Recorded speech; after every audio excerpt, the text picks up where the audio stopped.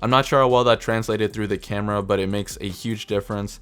And this is using the GameSense Rush, which is like a hybrid speed and control pad, which is a little bit more of an abrasive texture as opposed to like a regular cloth mouse pad. You can definitely feel the difference in how much scratchier and just the amount of extra noise that the OG wired version is making. So as far as the build quality goes, it's a mixed bag. The skates that they're using are great.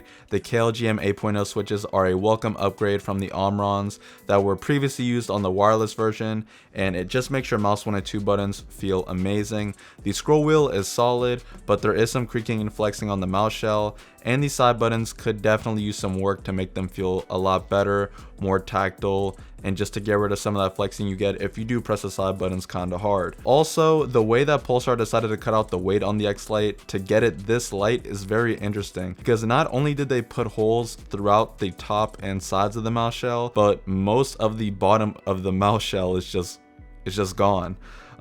There's no other way to put it, and I just gotta give them credit for doing this because they really pulled it off, and there's no real drawbacks, like I said, in regular use to not having all this like bottom section of the mouse. And this thing is lighter than the G Pro X SUPERLIGHT, which I thought was pretty insane, getting the weight down to about 61 grams on that mouse.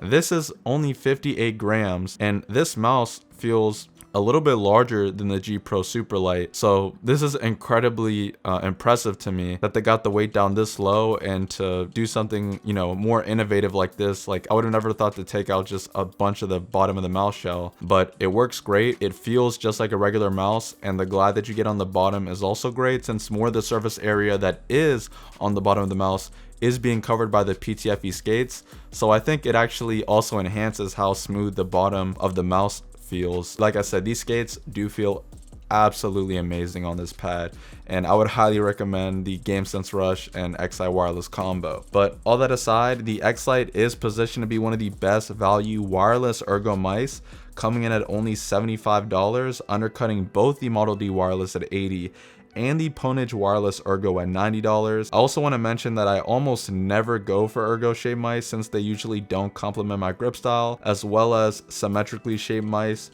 But damn, the Xlite wireless has just really impressed me with its shape, the weight, and the quality of the feet, and how well the Xlite works as a wireless mouse. The more that I've used the Xlite wireless, the more I've liked it, and this is the first ergo mouse that I've ever used that I've heavily considered maining over even my wireless symmetrical mice. And the Xlite wireless is a huge step up from the regular wired Xlite, so huge props to Pulsar for making a much better and just an overall great wireless mouse. Like always, I will have a link to this mouse down below in the description if you want to pick it up. If you guys enjoyed the video, please make sure to give it a like, since it really will help with the channel. And if you're new here, I make all types of content on gaming tech, so if you're interested in this type of content, please consider checking out the channel and subscribing. And like always, you guys are awesome. Thanks for watching, and I'll see you guys in the next one.